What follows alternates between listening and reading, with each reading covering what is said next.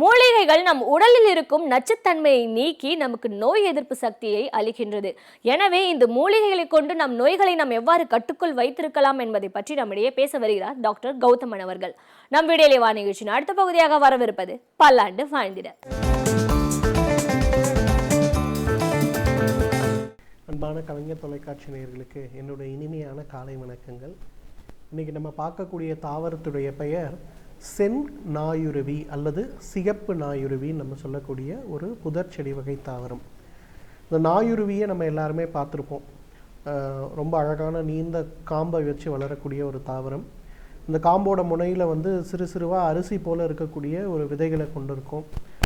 ஆடு மாடுகள் ஏதாவது நடந்து போகும்போதோ அல்லது நம்ம நடந்து போனால் கூட நம்ம துணியில் அந்த விதைகள் ஒட்டி கொள்வதை நம்ம பார்க்க முடியும். எங்கெல்லாம் போகிறோமோ எங்கெல்லாம் அந்த விதைகள் விழுகிறதோ அந்த இடத்துலலாம் அந்த நாயுருவி வளர்றதை நம்ம பார்க்க முடியும். இந்த சென் நாயுருவி அல்லது சிகப்பு நாயுருவின்னு சொல்கிறது, வழக்கமாக பார்க்கக்கூடிய நாயுருவி பச்சை நிறமாக இருக்கும். அந்த சிகப்பு நாயுருவிங்கிறது சிகப்பு நிறமாக இருக்கிறத நம்ம பார்க்க முடியும். இந்த சிகப்பு நாயுருவி அப்படிங்கிறது பார்த்திங்கன்னா பெண்களுக்கு ஏற்படுகின்ற கருப்பை கோளாறுகளை நீக்கக்கூடிய ஒரு மிகச்சிறந்த மருந்து அப்படின்னு சொல்லுவோம். பொதுவாக ஆயுர்வேத மருத்துவத்தில் பார்த்திங்கன்னா சென் நாயுருவி பஸ்மம் அப்படின்னே சொல்லுவோம். அந்த முழு தாவரத்தையும் வேரோடு எடுத்து நல்லா சுத்தம் செஞ்சு சின்ன சின்ன துண்டுகளாக நறுக்கிட்டு ஒரு பாத்திரத்தில் போட்டு அதை மேலே சீலை பண்ணி எரித்து எடுக்கக்கூடிய அந்த ஒரு சாம்பல். அந்த சாம்பலை காலை ஒரு முறை ஒரு 500 மில்லிகிராம், இரவு ஒரு முறை ஒரு 500 மில்லிகிராம் அளவுக்கு சுத்தமான பசு மோர் அல்லது வெண்ணெயில் கலந்து சாப்பிட்ணும். ஒரு 3 மாத காலம் இதை தொடர்ந்து சாப்பிட்டு அதன் பிறகு போய் வயிறு ஸ்கேன் செஞ்சு பார்த்தோன்னா அந்த கருப்பையில் இருக்கக்கூடிய கட்டிகள் முழுமையாக மறைந்து போயிருக்கிறத பார்க்க முடியும். இன்றைக்கு நிறைய பேருக்கு அடினாய்ட்ஸ்ன்னு சொல்லக்கூடிய ஒரு பிரச்சனை, அதே போல் டான்சிலைட்டிஸ்ன்னு சொல்லக்கூடிய ஒரு பிரச்சனை ஏற்படுறதை நம்ம பார்க்குறோம். நிறைய குழந்தைகள் பார்த்திங்கன்னா இன்றைக்கி டான்சிலைட்டிஸ் பிரச்சனைக்கும் அடினாய்ட்ஸ் பிரச்சனைக்கும் அறுவை சிகிச்சை செய்து கொள்ள வேண்டிய ஒரு தேவை இருக்கிறத நம்ம பார்க்குறோம். அந்த மாதிரி இருக்கக்கூடிய குழந்தைகள் எல்லாமே என்ன பண்ணலான்னா, பொதுவாக பார்த்திங்கன்னா இந்த சென் ஆயுருவிலிருந்து எடுக்கக்கூடிய சாம்பல் அதை ஒரே ஒரு சிட்டிகைன்னா 125 மில்லிகிராம் அளவுக்கு எடுத்து சிறிதளவு தேன் கலந்து காலை ஒரு முறை உணவுக்கு முன்பு, இரவு ஒரு முறை உணவுக்கு முன்பு அப்படின்னு எடுத்துக்கொள்ளும்போது ஒரு 3 மாத காலத்திலேயே அந்த டான்சிலைட்டிஸ் மற்றும் அடினாய்ட் சம்பந்தப்பட்ட பிரச்சனைகள் முழுமையாக குணமடைந்து போகிறத நம்ம பார்க்க முடியும். நிறைய பேர் பார்த்திங்கன்னா இன்றைக்கு தைராய்டு சம்மந்தப்பட்ட நோயினால் பாதிக்கப்படுறாங்க. ஹைப்போதைராய்டிசம் சொல்லக்கூடிய கோளாறு. ஹைப்போதைராய்டிசம் ஏற்படும் போது உங்களுக்கே தெரியும், உடல் எடை அதிகரிக்கும். பெண்களுக்கு இருக்கக்கூடிய வயிறு பகுதி மிகப்பெரியதாக தெரியும். மார்புகள் தளர்ந்து போகிறத பார்க்க முடியும். பிட்டப்பகுதிகள் தொடை பகுதிகளில் அதிகமான கொழுப்பு சேர்ந்து போய் இருப்பதை நம்ம பார்க்க முடியும். அதைவிட முக்கியமாக முகத்தில் தேவையில்லாமல் வளரக்கூடிய ரோமங்களுடைய எண்ணிக்கை அதிகமாகிறத நம்ம பார்க்க முடியும். இவங்கெல்லாம் என்ன பண்ணலான்னு கேட்டிங்கன்னா, அந்த சென் ஆயுருவிலிருந்து எடுக்கக்கூடிய அந்த ஒரு சூரணத்தை, சாம்பல் அல்ல சூரணம், அந்த முழு தாவரத்தையும் அரைத்து எடுக்கக்கூடிய அந்த ஒரு சூரணம், 1 லிட்டர் தண்ணிக்கு 20 கிராம் அளவுக்கு அந்த சூரணத்தை போட்டு நல்லா கொதிக்க வச்சு அதை 1/2 லிட்டராக குறைக்க வேண்டும். வடிகட்டி எடுக்கக்கூடிய அந்த ஒரு கஷாயத்தை காலை ஒரு முறை உணவுக்கு முன்பு, இரவு ஒரு முறை உணவுக்கு முன்பு அப்படின்னு எடுத்துக்கொள்ளும்போது மிக வேகமாக அந்த தைராய்டினால் ஏற்படக்கூடிய பாதிப்புகள் குறைவதை பார்க்க முடியும். ஏன்னா நிறைய பேர் எங்கிட்ட கேட்கும்போது, நான் தான் தைராய்டுக்கு மாத்திரை சாப்பிட்றேனே அப்புறம் என்னன்னு கேட்பாங்க. ஆனால் மாத்திரை சாப்பிடும்போது கூட நம்ம உடம்பில் ஏற்படக்கூடிய பக்க விளைவுகள் எவ்வாறு இருக்கிறது அப்படின்னு பார்த்திங்கன்னா, அந்த பக்க விளைவுகளில் எந்த விதமான மாற்றமும் இல்லாமல் இருக்கிறத நம்ம பார்க்க முடிகிறது. அந்த பக்க விளைவு சம்பந்தப்பட்ட பிரச்சனைகளை குறைப்பதில் இந்த சென் ஆயுருவியுடைய சூரணம் ஒரு மிகச்சிறந்த மருந்து என்றால் மிகையாகாது. இன்றைக்கி குழந்தைகளாகட்டும் பெரியவர்களாகட்டும் எல்லாருமே பார்த்திங்கன்னா பல் சம்பந்தப்பட்ட ஈறுகள் சம்பந்தப்பட்ட பாதிப்பினால் அவதிப்படுறது அப்படிங்கிறது ரொம்ப காமனாக நம்ம பார்க்கக்கூடிய ஒரு பிரச்சனையாக இருக்குது. இப்போ இந்த பிரச்சனையை எவ்வாறு குணப்படுத்த முடியும் அப்படின்னு கேட்டிங்கன்னா, அல்லது பல் சம்பந்தப்பட்ட பிரச்சனைகள் எவ்வாறு வராமல் தடுக்க முடியும் பார்த்திங்கன்னா, அதுக்கு இந்த சென் ஆயுருவி ஒரு மிகச்சிறந்த மருந்து. சென் ஆயுருவியை எரித்து எடுக்கக்கூடிய அந்த ஒரு சாம்பலை ஒரு பட்பசையாக, ஒரு டூத் பவுடராக நம்ம நல்லா கையில் எடுத்துட்டு நம்ம வாயுடைய பற்களுக்கு மேலே இருக்கக்கூடிய ஈறுகள் மேலெல்லாம் நல்லா தடவி, பற்கள் மேலெல்லாம் நல்லா தடவிட்டு ஒரு 15 நிமிடம் கழித்து வெந்நீர் வைத்து வாய் கொப்பளிக்க வேண்டும். இதை காலை ஒரு முறை, இரவு ஒரு முறை அப்படின்னு தொடர்ந்து செய்ய வேண்டும். அதைவிட முக்கியமாக பார்த்தீங்கன்னா, இரவு படுக்கும்போது எல்லா உணவும் முடிஞ்சு இரவு படுப்பதற்கு முன்பு இந்த சென் ஆயுர்வேயுடைய அந்த சூரணத்தை எடுத்து, சாம்பலை எடுத்து நன்றாக பல் துலக்கி படுத்தோமேயானால் பல் சம்பந்தப்பட்ட எந்த பிரச்சனையும் வராமல் இருக்கிறத பார்க்க முடியும். இன்றைக்கு நிறைய விளம்பரங்களை இன்றைக்கி பார்க்குறோம். பல் கூசுதலுக்கு ஒரு மருந்து, பல் வெள்ளையாவதற்கு ஒரு மருந்து, பற்கள் பசைகள் பல் ஈறுகளில் பாதிப்பு ஏற்படாமல் இருப்பதற்கு ஒரு மருந்து. சர்க்கரை நோயாளிகள் நிறைய பேருக்கு பார்த்திங்கன்னா பல் ஈறுகள் பாதிக்கப்பட்டு அதனாலேயே பற்கள் பலவீனமாக இருக்கிறத பார்க்க முடியும். கடுமையான பல் சம்பந்தப்பட்ட வலிகளால் அவங்க அடிக்கடி பாதிக்கப்படுறத பார்க்க முடியும். அவங்களுக்கெல்லாம் சுலபமாகவே குணமளிக்கக்கூடிய ஒரு மருந்து இந்த சென் ஆயுர்வேயுடைய அந்த ஒரு பஸ்பம். அதை வச்சு நல்லா பல் துலக்கினாலே பல் பலபலன்னு ஆகிறது மட்டுமல்ல, பல், ஈறு மற்றும் வாய் துர்நாற்றம் சம்பந்தப்பட்ட எந்த பிரச்சனையும் வராமல் இருப்பதை நம்ம பார்க்க முடியும். சிறுநீரக கற்களுக்கு இந்த சென் ஆயுர்வி ஒரு மிகச்சிறந்த மருந்துன்னு சொல்லலாம். சிறுநீரக கற்கள் அடிக்கடி ஏற்படக்கூடிய வாய்ப்பு நிறைய பேருக்கு இருக்கிறத நம்ம பார்க்குறோம். மாதத்துக்கு ஒரு முறை, 3 மாதத்துக்கு ஒரு முறை வலி வரும். போய் ஸ்கேன் பண்ணால் கல் இருக்குன்னு சொல்லுவாங்க. கற்களுக்கு இருக்கக்கூடிய மருந்துகளை எடுக்கணும். இல்லை அறுவை சிகிச்சை மேலே நீக்கக்கூடிய ஒரு தொல்லை ஏற்படுறத பார்க்கலாம். அவங்க அடிக்கடி கற்கள் ஏற்படாமல் இருப்பதற்கு இந்த சென் ஆயுர்வியிலிருந்து எடுக்கக்கூடிய அந்த ஒரு சூரணத்தை காலை ஒரு முறை உணவுக்கு முன்பு, இரவு ஒரு முறை உணவுக்கு முன்பு அப்படிங்கிற மாதிரி 1 டம்ளர் தண்ணிக்கு 1 ஸ்பூன் அந்த சூரணத்தை போட்டு நல்லா கொதிக்க வச்சு 1/2 டம்ளராக குறைச்சி வடிகட்டி எடுக்கக்கூடிய அந்த ஒரு கஷாயத்தை காலை, மதியம், இரவு அல்லது காலை இரவு உணவுக்கு முன்பு எடுத்துக்கொள்ளும் போது மிக வேகமாக அந்த இடத்தில் இருக்கக்கூடிய கற்களை உருவாக்கக்கூடிய காரணிகள் குறையிறதையும் பார்க்க முடியும். அந்த சிறுநீரக கற்கள் ஏதாவது இருந்தால் கூட அவையெல்லாம் உடைந்து முழுமையாக வெளியேறி உடல் சுத்தமடைவதை நம்ம பார்க்க முடியும். இன்றைக்கு நிறைய பெண்களுக்கு பார்த்திங்கன்னா தொடைப்பகுதி, பிட்டப்பகுதிகளை மட்டும் கடுமையான கொழுப்புகளுடைய அளவு அதிகமாகி உருவம் பார்ப்பதற்கு கொஞ்சம் வித்தியாசமாக இருக்கிறத பார்க்க முடியும். அந்த பெண் குழந்தைகள்லாம் என்ன பண்ணலான்னா, இந்த சென் ஆயுர்வியுடைய முழு தாவரத்தையுமே எடுத்து நல்லா அரைச்சி அதை ஒரு பேஸ்ட் மாதிரி செஞ்சுட்டு எங்கெல்லாம் கொழுப்புகள் அதிகமாக இருக்கோ, அதாவது வயிறுடைய மேற்புறமோ அல்லது அடிவயிறு பகுதிகளோ, தொடை பகுதிகளோ அல்லது கால்களில் இருக்கக்கூடிய பகுதிகளோ எங்கெல்லாம் இருக்கோ அந்த இடத்துலலாம் தடவிட்டு ஒரு 1/2 மணி நேரம் அல்லது 1 மணி நேரம் உட்கார வைத்து அதன் பிறகு வெந்நீர் வைத்து குளிக்க செய்யணும். இதை தொடர்ந்து செய்யும்போது பார்த்திங்கன்னா மிக வேகமாக அந்த இடங்களில் இருக்கக்கூடிய அந்த கழிவுகள் முழுமையாக வெளியேறதை பார்க்க முடியும். அதே போல் அந்த இடத்தில் இருக்கக்கூடிய தேவையற்ற கொழுப்புகள் குறையும் போது உருவ அமைப்புகள் மீண்டும் சரியாவதை நம்ம பார்க்க முடியும். எனவே நேர்களே, இந்த சிவப்பு நாயுருவி அல்லது சென் ஆயுர்வியை பொறுத்தவரையிலும் கருப்பை சம்பந்தப்பட்ட கோளாறுகளுக்கும், உடலில் ஏற்படுகின்ற இரத்த குழாய்கள் அடைப்பு சம்பந்தப்பட்ட கோளாறுகளுக்கும், சிறுநீரக கற்கள் சம்பந்தப்பட்ட பிரச்சனைகளுக்கும், பல் சம்பந்தப்பட்ட பாதிப்புகளுக்கும் இயற்கை கொடுத்திருக்கின்ற மிகச்சிறந்த அருமருந்து. தகுந்த மருத்துவ ஆலோசனையின் பேரில் சரியான முறைப்படி இதை உபயோகப்படுத்தி வந்தோமையானால் நம்மாலும் பல்லாண்டு காலம் ஆரோக்கியமாக வாழ்ந்திட முடியும். நாம் வாழும் சமூகத்தில் நாம் ஒவ்வொருவரும் அக்கறை கொள்வது மிகவும் அவசியம் என்கிறார் எழுத்தாளர் மனுஷபுத்திரன் அவர்கள். எனவே நாம் சமூகத்தில் எவ்வாறு நடந்து கொள்ள வேண்டும் என்பதை பற்றி நம்மிடையே பேச வருகிறார். நம் விடியலை வா நிகழ்ச்சியின் அடுத்த பகுதியாக வரவிருப்பது தீதும் நன்றும்.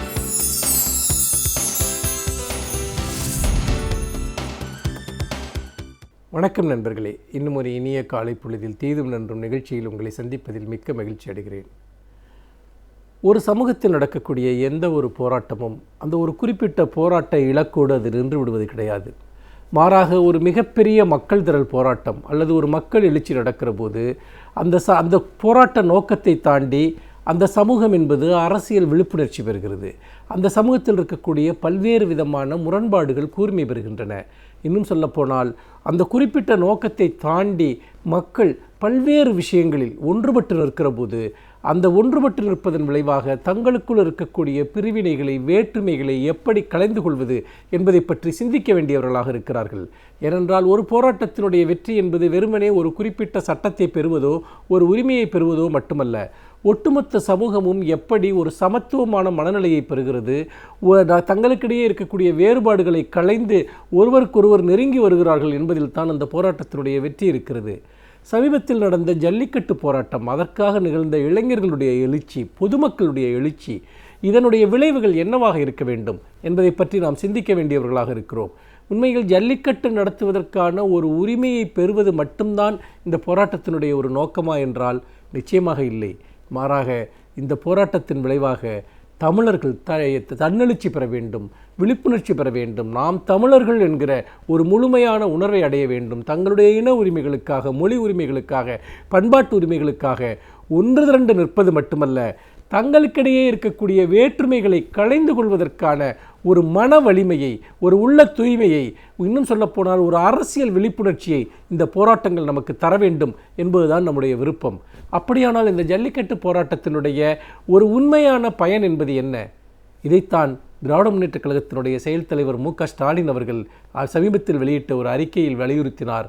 அதாவது, ஜல்லிக்கட்டு தமிழகத்தில் நடக்க வேண்டும், அது சமத்துவ ஜல்லிக்கட்டாக இருக்க வேண்டும் என்று கூறினார். இந்த சமத்துவ ஜல்லிக்கட்டு என்கிற இந்த வார்த்தையே மிகவும் புரட்சிகரமானது, அர்த்தம் புதிந்தது. அதற்கான காரணத்தையும் அவரே விளக்குகிறார். ஏனென்றால் தமிழகத்தில் ஜல்லிக்கட்டு என்பது ஒரு குறிப்பிட்ட பகுதியினரால், ஒரு குறிப்பிட்ட சமூகத்தினருக்குரிய ஒரு விளையாட்டாகத்தான் இவ்வளவு காலம் இருந்திருக்கிறது.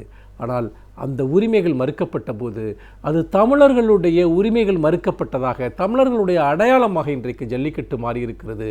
தமிழர்களுடைய அடையாளம் பூர்வமான ஒரு விளையாட்டாக இன்றைக்கு ஜல்லிக்கட்டு மாறியிருக்கிறது.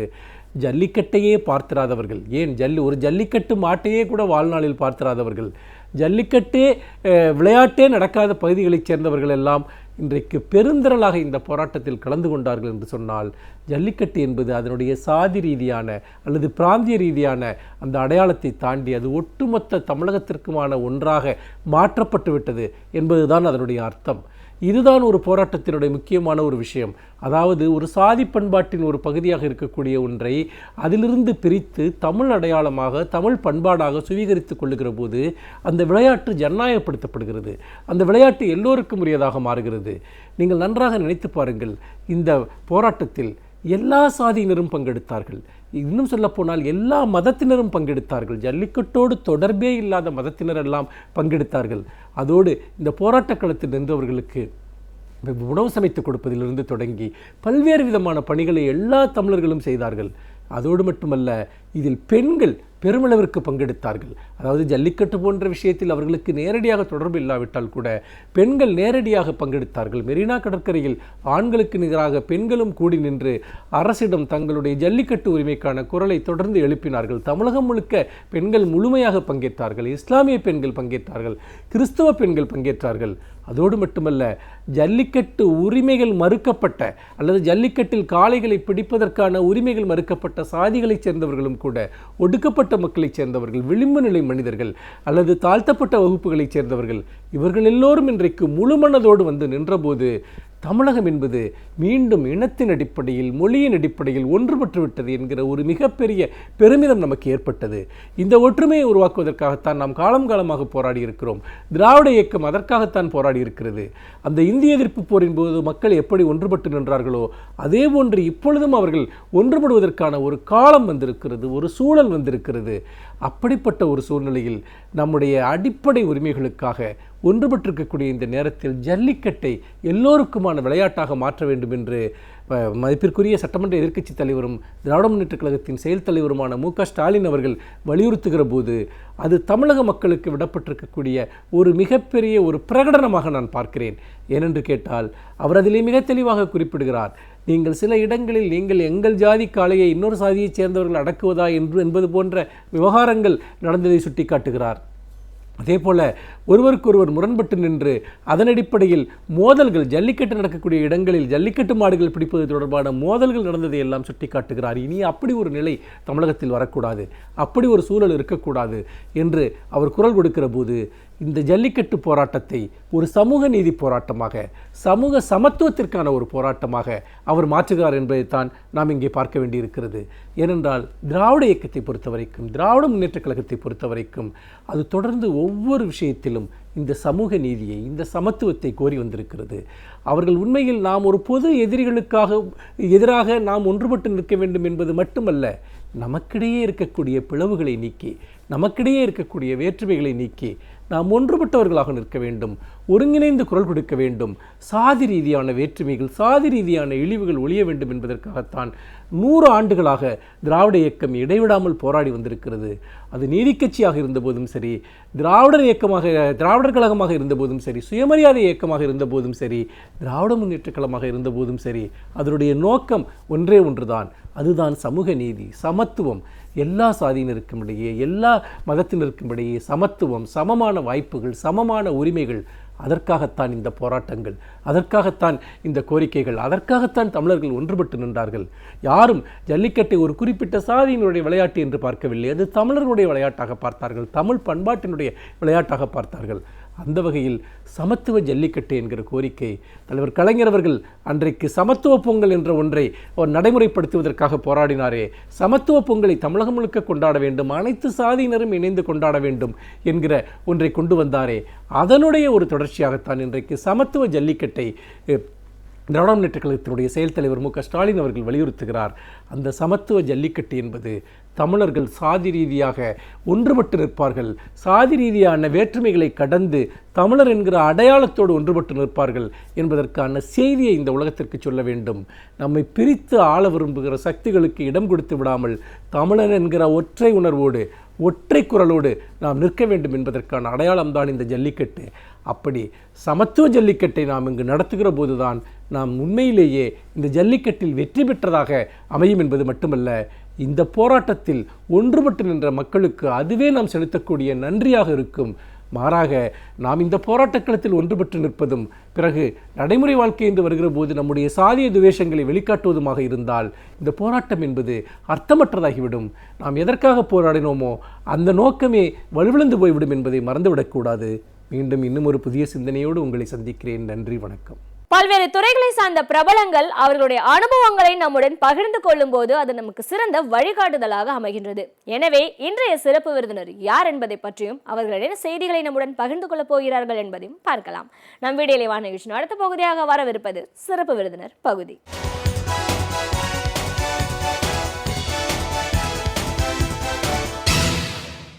வணக்கம் நேயர்களே, விடியலை வா நிகழ்ச்சியின் சிறப்பு விருந்தினருக்கான நேரம் இது. இன்றைய சிறப்பு விருந்தினர் மகாராஷ்டிர மாநில தமிழர் நல கூட்டமைப்பின் நிர்வாக தலைவர் பேராசிரியர் கர்னல் ஏ. பாலசுப்ரமணியன்.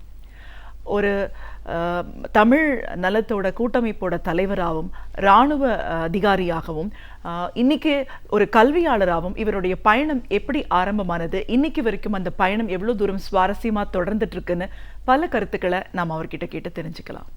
வணக்கம் சார். வணக்கம். மகாராஷ்டிர மாநில தமிழர் நல கூட்டமைப்போட நிர்வாக தலைவர் அப்படிங்கிற முறையில் முதல்ல எங்கள் நிகழ்ச்சிக்கு உங்களை நாங்கள் வரவேற்கிறோம் சார். ஒரு தமிழர் அதோட அமைப்பு அப்படின்றத வேறு ஒரு மாநிலத்தில் அதை செயல்படுத்தும் போது அதற்கான ஒரு விரிவாக்கம், வளர்ச்சி அதெல்லாம் எவ்வளோ தூரம் இருக்குது அப்படின்ற ஒரு கேள்வி இருக்குது. இதை தாண்டி அடிப்படையில் நீங்கள் பார்த்தீங்கன்னா ஒரு 30 ஆண்டு காலம் இராணுவத்தில் இருந்திருக்கீங்க, ஒரு சிப்பாயாக ஆரம்பித்து கர்னல் வரைக்கும் உயர்ந்திருக்கீங்க. இந்த பயணம் எவ்வளோ தூரம் சுவாரஸ்யமாக அமைஞ்சது? இதையெல்லாம் தாண்டி அங்கிருந்த அடுத்த கட்டம் அப்படின்னு பார்த்தீங்கன்னா பல கல்வி நிறுவனங்களை உருவாக்கி இன்னைக்கும் கல்வி பணியை சிறப்பாக செஞ்சுட்டு இருக்கீங்க. எப்படி இராணுவத்திலிருந்து இந்த நிலைக்கு மாற முடிஞ்சது? அந்த பயணம் இன்னைக்கு எப்படி போயிட்டு இருக்கு? ஒரு கல்வியாளராக கல்வி அப்படிங்கிறது நம்ம நாட்டில் எப்படி இருக்கு?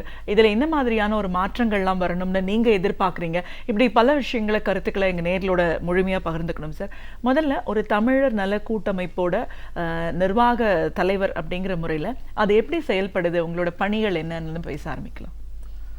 மகாராஷ்டிராவில் கிட்டத்தட்ட ஒரு 60 லட்சம் தமிழர்கள் இருக்காங்க, எல்லா மாநிலத்திலையும், அதாவது பல மாவட்டங்கள்லேயும்.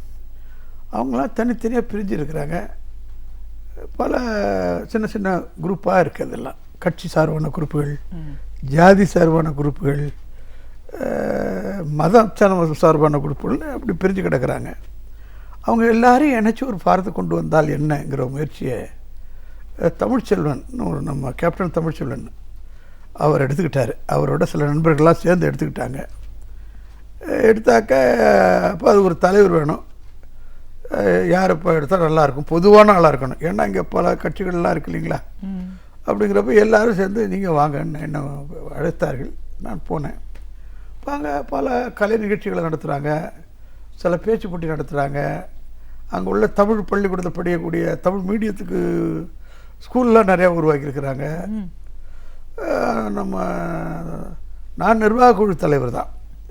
தலைவர்னு ஒருத்தர் இருக்கார், அவர் தமிழ்ச்செல்வன், அவர் தான் எல்லாம் செஞ்சிட்ருக்காரு.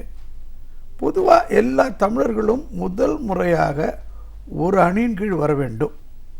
எல்லாரும் வருடத்துக்கு ஒரு முறை 2 முறை கலந்துக்கணும். அதனால் நம்ம சொந்த பந்தங்கள்லாம் அதில் எல்லாருமே நம்மளாம் ஒரே சொந்தம், ஒரு இனம் அப்படிங்கிற ஒரு உணர்ச்சியை அங்கே உருவாக்கிக்கிட்டு இருக்கோம். உருவாகிடுச்சுன்னு நினைக்கிறேன். இன்னும் சொல்லப்போனால் நீங்கள் வந்து 30 ஆண்டு காலம் இராணுவத்தில் பணி செஞ்சுருக்கீங்க அப்படின்னும் போது உங்களோட ஆரம்ப கால பணி அப்படின்னு சொன்னால் சிப்பாயாக தொடங்கியிருக்கீங்க. கல்வி அப்படின்னு நம்ம பேசும்போது முதல்ல பேசும்போதே சொன்னீங்க, எஸ்எஸ்எல்சியில் தேர்ச்சி கூட பெறாத ஒருத்தர் வந்து இன்னைக்கு ஒரு பேராசிரியர் நிலைக்கு உயர்ந்திருக்கீங்க அப்படின்னும் போது ஒவ்வொரு காலகட்டத்திலையும் எவ்வளோ மாற்றங்கள் வந்திருக்கு, எவ்வளோ தூரம் ஒரு புரிதல் இருந்திருக்கு அப்படின்ற ஒரு கேள்வியே இருக்குது. இந்த சிப்பாய் முதல் கர்னல் வரையான அனுபவம் பற்றி சொல்லுங்கள். அது வந்து 28 வருஷமா அதில். நான் வந்து எஸ்எஸ்எல்சி படித்தேன். எஸ்எஸ்எல்சியில் ஃபெயில் ஆகிட்டேன். அப்போ படித்தவனுக்கும் என்ன சொல்கிறானுங்க, முட்டாளுக்கும் கெட்டவனுக்கும் பட்டாளவனு ஒரு பழமொழி உண்டு. அப்போ கெட்டவனும் நான் தான், முட்டாளும் நான் தான் சொல்லிட்டு தான் அப்போல்லாம் வந்து பட்டாளத்துக்கெல்லாம் தேடி தேடி பிடிப்பாங்க. 62 யுத்தம், இந்திய இராணுவம் பலமான அடி வாங்கினது. அதனால் இராணுவத்தை கொஞ்சம் கூட்டணும்னு சொல்லிட்டு தெருவா அலைஞ்சாங்க. எங்கள் ஊருக்கு வந்தாங்க, மன்னார்குடியும் வந்தாங்க. நான் வந்து கண்டிதம்பேட்டை கிராமம், மன்னார்குடி தாலுக்காவில் தான் நாங்கள் இருக்கோம். அப்போ வந்து மிலிட்ரிக்காரன் எப்படி இருக்கான்னு பார்க்குறதுக்காக வேண்டி நம்மளாம் சினிமாவில் தான் பார்த்துருக்கோம். பதிவுக்தியில் வருவார், சிவாஜி வருவார். அப்போ எப்படி மிலிட்ரிக்காரங்க எப்படி இருப்பாங்கன்னு பார்க்குறதுக்காக வேண்டி வேடிக்கை பார்க்க போனேன். அப்போ என்னை பார்த்தாங்க, நல்லா இருக்கியப்பா, நல்ல உடம்பு இருக்குது, என்ன 32 இன்ச்சு இருக்குது, ஹைட்டு இருக்குது, பட்டாளத்தில் வந்துருன்னு எழுத்து போயிட்டாங்க. அங்கேயே அதுக்கு மேலே சொல்லலை, நான் நிக்கரில் இருக்கேன். அப்போ போனேன். அப்போ ஒரு எமர்ஜென்சி ட்ரைனிங் கொடுத்து அனுப்புனாங்க. 65 யுத்தம். 65 யுத்த பிறகு வந்து வாழ்க்கை ரொம்ப மகிழ்ச்சியான வாழ்க்கை, கடுமையான வாழ்க்கை. காஷ்மீர்னு சொன்னீங்கன்னாக்க இப்போ எல்லாம் பார்த்தா சினிமாவில் தான் நம்ம பார்க்குறோம், மலைகள், நதிகள். நாங்கள் இருந்ததெல்லாம் ட்ரெஞ்சில் தான் இருந்தோம். எலக்ட்ரிசிட்டி கிடையாது, லைட்டு கிடையாது, எப்போவுமே எதிரி எப்போ வருவான்னு தெரியாது. மிலிட்டரிலாம் இப்போ கிடையாது. எங்கள் காலத்தில் அவ்வளோ மிலிட்டரிஸ் கிடையாது. ஏன்னா அதெல்லாம் 65 வாரிலேயே செட்டில் ஆகிப்போச்சு.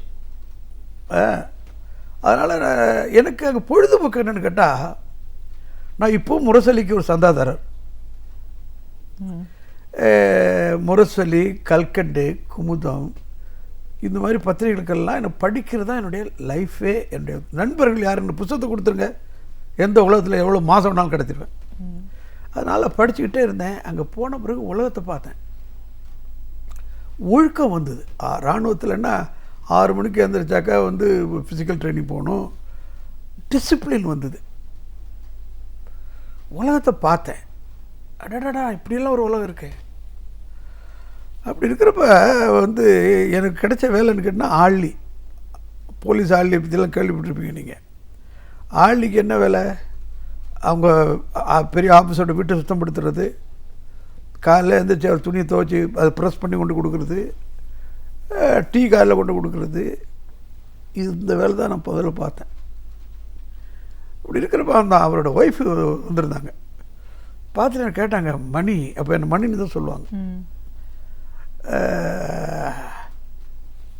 மணி, உனக்கும் மற்றவங்களுக்கு என்ன வித்தியாசம், என் புருஷனுக்கும் உனக்கு என்ன வித்தியாசம்னு கேட்டாங்க. நான் சொன்னேம்மா, அவர் அதிர்ஷ்டசாலி, நான் துரதிர்ஷ்டசாலின்னு. இல்லைப்பா, அவர் எஸ்எஸ்எல்சி பாஸு, நீ எஸ்எஸ்எல்சி ஃபெயிலு, இதுதான் டிஃப்ரென்ஸ். நீ ஏன்டா படிக்கக்கூடாதுன்னு என்னை கேட்டாங்க. அது தேவதை மாதிரி. மேஜர் அஜ்மீத் சிங்கின்னு அவர் பேர், அவரோட ஒய்ஃப் அந்த அம்மா. அவ்வளோ நல்ல அவங்க ஆர்மி ஆஃபீஸர்ஸ்.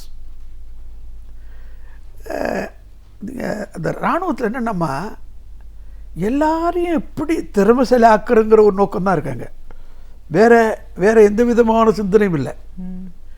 எதிரியை கொல்றதுக்கு திறமைசாலியாக எப்படி ஒருத்தனை உருவாக்குறது, அப்போ அந்த ட்ரைனிங் இந்த ட்ரைனிங் அவனை ஃபிட்டாக வச்சுக்கிறது, அதுலேயே இருந்துட்டோம். சாயந்தரம் தண்ணி அடிப்போம், அதெல்லாம் அதோட முறை. ஏன்னா அங்கே காஷ்மீரில் அவ்வளோ கோல்டு, டாக்டரை கவுண்ட் பண்ணுறான். ஸோ படிச்சுக்கிட்டு இருந்தம்மா புத்தி வந்தது, என்னடா அப்படி இருக்குன்ட்டு. இதுக்கு இடையில பலவித மாற்றங்கள் வருது. அது துர்கமுல்லா தங்குதார், இங்கே தான் இப்போ மிலிட்டன்சி நிறையா நடந்துக்கிட்டு இருக்கு. அங்கே இருந்தோம். அது பிறகு நாசிக்கு போஸ்டிங் போனேன். அது பிறகு லடாக் போனேன். அது பிறகு 71 யுத்தத்தில் வந்து ஆர்எஸ்புராவில் இருந்தோம். எக்ஸைட்டிங் லைஃப், நம்ம நினைக்கிற மாதிரி எல்லாம் இல்லை. யுத்தம் வந்தாக்க விளையாட்டு பார்க்க போகிற மாதிரி எப்படா வரும்னு எதிர்பார்த்துக்கிட்டு இருப்போம். ஆனால் இப்போ மிலிட்டன்சி ஜாஸ்தியாக போச்சு. அப்போ எங்களுக்கு தான் தெரியும் எதிரி அடி கொள்ளு, இதுதான் ட்ரைனிங்காக தான். ஸோ மகிழ்ச்சியான நாட்கள். ஆனால் வருஷத்தில் 2 மாதம் லீவ் கொடுப்பான், ஆனுவல் லீவ்னு சொல்லிட்டு. அந்த 2 மாதத்துக்கும் அப்போது வந்து இப்போ பார்த்தாலும் நிறைய காலேஜெல்லாம் வந்துச்சு. ஆசிரியர்களும் இராணுவ வீரர்களும் ப்ரைவேட்டாக பரீட்சை எழுதலாம் அப்படின்னு ஒரு சட்டம் அந்த காலத்தில் இருந்தது. ஏன்னா 62 யுத்தத்தில் நேரு கேட்டார் சொல்லிட்டு எல்லோரும் படிப்பை விட்டு பாதியில் விட்டு போனாங்க. அவங்கள கம்ப்ளீட் பண்ணுறதுக்கு அந்த வார்ப்பை உருவாக்குனாங்க. நான் வந்து இங்கே ஐலாண்ட் கிரவுண்டில் ஒரு மிலிட்ரி கெஸ்ட் ஹவுஸ் மாதிரி இருந்தது. கெஸ்ட் ஹவுஸ்னால் என்ன, ஒரு இடம் 4 ஒரு நாளைக்கு. அங்கே 2 மாதம் அங்கே வந்து தங்கிடுவேன். தங்கிட்டு போயிட்டு ப்ரீ யூனிவர்சிட்டி எழுதினேன். எஸ்எஸ்எல்சி முதல்ல கிளியர் பண்ணேன். ப்ரீ யூனிவர்சிட்டி எழுதினேன், கிளியர் பண்ணேன். பிஏ எழுதினேன், கிளியர் பண்ணேன். ஆக அடுத்தது எம்ஏ எழுதினேன், கிளியர் பண்ணேன். எல்லாம் ஃப்ளைங் கலர்ஸ் தான். ஏன்னா நான் எஸ்எஸ்எல்சி படிச்சுக்கிட்டு இருந்தப்போ எனக்கு கிடைச்ச நண்பர்கள் கூட்டாளர் இருக்குங்களே, அந்த நண்பர்கள் தான் உங்களுடைய வாழ்க்கையை டிசைட் செய்கிறார்கள் சொல்லுவேன். ஆனால் 8வது வரைக்கும் நல்ல ஸ்டார் ஸ்டூடெண்ட்டாக இருந்தேன். நான் படித்தது வந்து Thiruvalluvar higher elementary school, Alangottai. அவரோட அப்போ தாளாளர் இருந்தவர் வந்து KN ரங்கநாத தேவர். அவர் பொண்ணை தான் நான் கல்யாணம் பண்ணேன். பார்த்துங்க, அப்போ இருந்த ஆசிரியர்களெல்லாம் அவ்வளோ அருமையான ஆசிரியர்கள். அடிச்சு 24 ஹவர்ஸ் நம்ம கூட இருப்பாங்க. ஒரு அர்ச்சுன வாத்தியார் இருந்தார், ஒரு அரங்கசாமி வாத்தியார் இருந்தார், ஒரு கோவிந்தசாமி வாத்தியார் இருந்தார், ஒரு கலிவரம் வாத்தியார் இருந்தார். அந்த 365 நாளும் கலை, நாடகம், பேச்சு போட்டி, இந்த கரிக்குலர் ஆக்டிவிட்டி பண்ணி இந்த லீடர்ஷிப் குவாலிட்டி உருவாக்கியிருந்தாங்க. என்னுடைய இன்றைய காரணத்துக்கு இவ்வளோ தூரம் நான் முன்னுக்கு வந்திருக்கிறேன்னா அடித்தளம் போட்டது திருவள்ளுவர் ஹையர் எலிமெண்ட்ரி ஸ்கூல். நான் படித்த பட்டங்கள் இல்லை. என்னுடைய இராணுவம் வந்து எனக்கு லீடர்ஷிப் குவாலிட்டி கொடுத்தது, துணிச்சலை கொடுத்தது, கடுமையாக உழைக்கக்கூடிய ஒரு பலத்தை கொடுத்தது, நல்ல சிந்தனைகளை கொடுத்தது. நான் படித்த புத்தகங்கள்லாம் நல்ல சிந்தனைகளை கொடுத்தது. இதுதான் இது. 27 வருஷம் முடிஞ்சதுமா. நான் வந்து அடுத்தது வந்து MBA பண்ணேன். MA முடிச்சுட்டு MBA மார்க்கெட்டிங் பண்ணேன். அந்த நேரத்தில் பூனாக்கு நான் போஸ்டிங் வந்துட்டேன். சதர்ன் ஹெட் குவார்ட்டரில் வந்து அப்போ தான் ஆப்ரேஷன் ப்ளூ ஸ்டார் டைம்.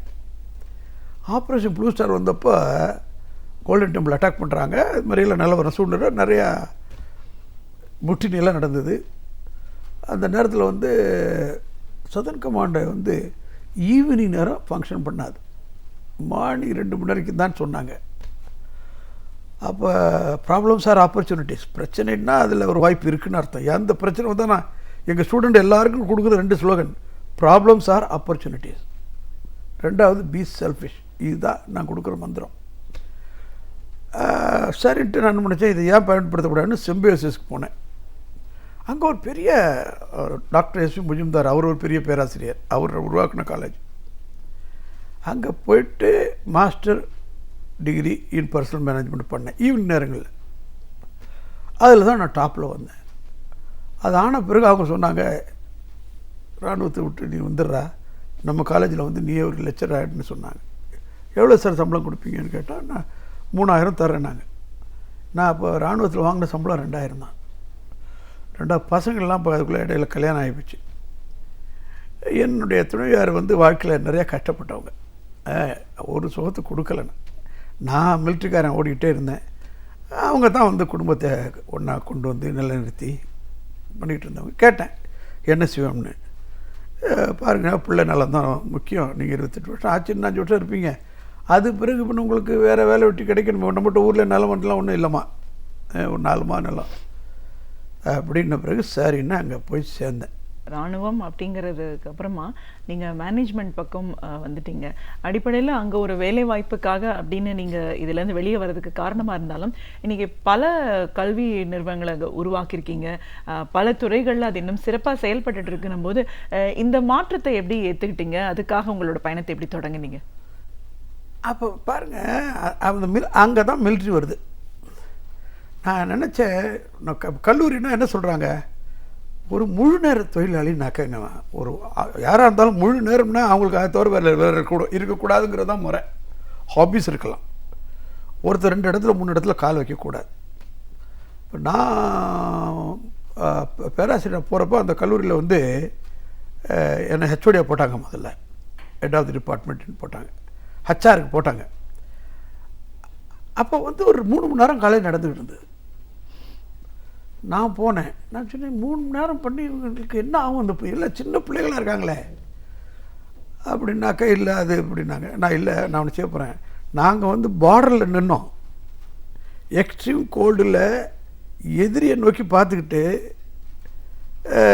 எப்போ கொண்டு வருமோன்னு தெரிஞ்சுக்கிட்டு நாங்கள் நின்னோம், அந்த குளிரில் நின்னோம். அப்படின்னா இந்த பசங்க ஏன் நிற்க மாட்டானோ இந்த ஊரில், இந்த சூழ்நிலையில், இந்த வயசில் ஏன் நிற்கக்கூடாது அப்படிங்கிற ஒரு கேள்வி வந்தது. நான் போயிட்டு பசங்கள்கிட்ட சொன்னேன், தம்பிகளா உங்களுக்கெல்லாம் நல்ல வேலை வேணுமா? ஆமாம் சார். நான் எது சொன்னாலும் செய்வீங்களா?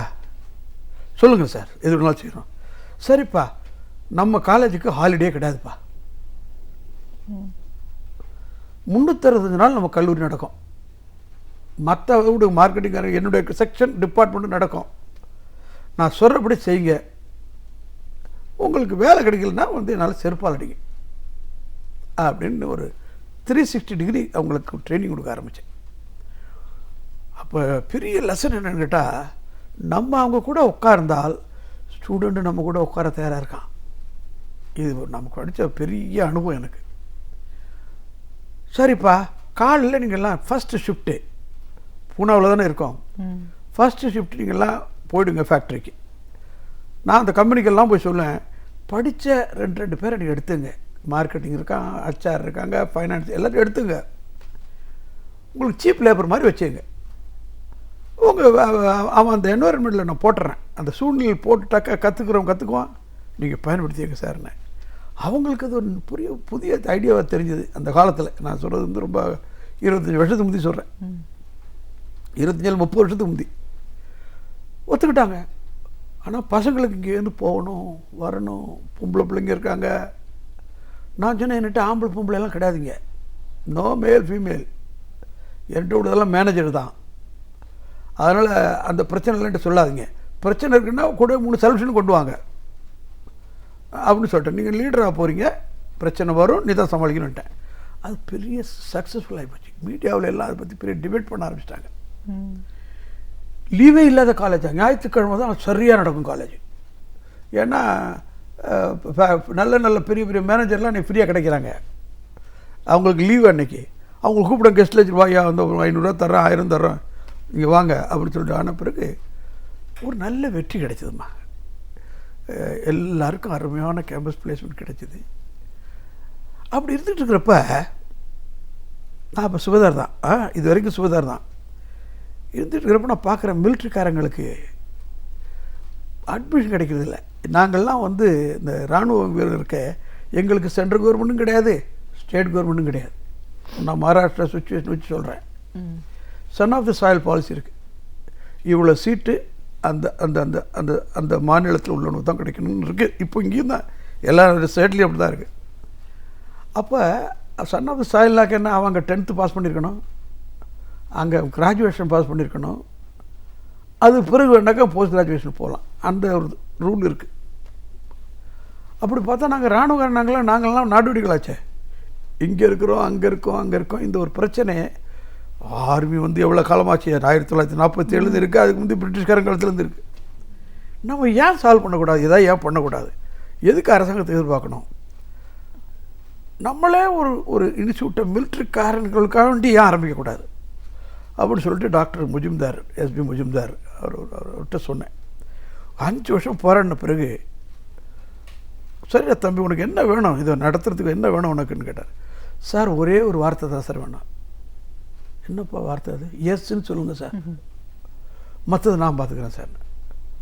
தாராளமாக பண்ணு, அப்புறம் உனக்கு பணம் வேண்டாம், உனக்கு பில்டிங் வேண்டாம், ஒன்றும் வேண்டாம், அப்புறம் இப்போ எனக்கு என்ன பிரச்சனை பண்ணுன்ட்டார். அதில் வந்து முதல்ல ஆஃபீஸர்ஸ்க்காக வேண்டி சில கோர்ஸ் ஆரம்பித்தேன். செக்யூரிட்டி ஆஃபீஸர் கோர்ஸ் முதல்ல ஆரம்பித்தோம்மா. அது பிறகு இந்த இராணுவத்தில் உள்ள இந்த ஜூனியர் கமிஷன் ஆஃபீஸர் இருக்காங்க இல்லைங்களா, இன்ஸ்பெக்டர் லெவல் உள்ளவங்க, அவங்களுக்கெல்லாம் வந்து டிப்ளமா இன் பர்சனல் மேனேஜ்மெண்ட் ஒன்று ஆரம்பித்தேன். அடுத்து 2 பயங்கரமான வெற்றி ஆகிப்போச்சு. வெற்றினா என்ன, ஃபீட்பேக்கு, அவங்களுக்கு மார்க்கெட்டில் உள்ள டிமாண்டு. அடுத்தது full time for defence personnel and the dependent, symbiosis இன்ட் management studies for defence personnel and the டிபெண்டன்ட்னு ஒரு ப்ராக்கெட் போட்டேன். அதனால் நிறைய கண்ட்ரவர்சி வந்தது, நிறைய கேஸ் வந்தது. இராணுவத்துக்கே தெரியாது நான் இராணுவத்துக்காக வேண்டி ஆரம்பிச்சிருக்கேன்னு. அவங்க தெரிஞ்ச வந்த பிறகு ரொம்ப அதிசயப்பட்டாங்க. இப்போ நான் சொன்னேன், சார் நாம் ஏன் சார் அங்கே இன்னொருத்தட்டெல்லாம் போய் பிச்சை எடுத்து அலையிறோம்? நம்ம எல்லா இடத்துலையும் கண்டோன்மெண்ட் இருக்குது, மிலிட்ரி லேண்ட் இருக்குது, பணம் இருக்குது. ஒரு கல்லூரி ஆரம்பிக்கிறாங்கன்னா ஒரு சொசைட்டி உருவாக்குறாங்க, நீங்களும் ஒரு சொசைட்டி உருவாக்கலாம், நம்ம பிள்ளைகளுக்கெல்லாம் படிக்கிறதுக்கு அதை செய்யுங்க சார் அப்படின்னா இராணுவத்துக்கு ஒரு ப்ரொபோசல் கொடுக்குறேன் நான். இராணுவ ஜென்ரல்லாம் உட்காந்துருக்குறாங்க. சொன்ன பிறகு உனக்கு இதில் என்ன இன்ட்ரெஸ்ட்டுன்னு என்ன கேட்குறாங்க. ஏன்னா நான் சுபதாராச்சேன், எடுபடலை.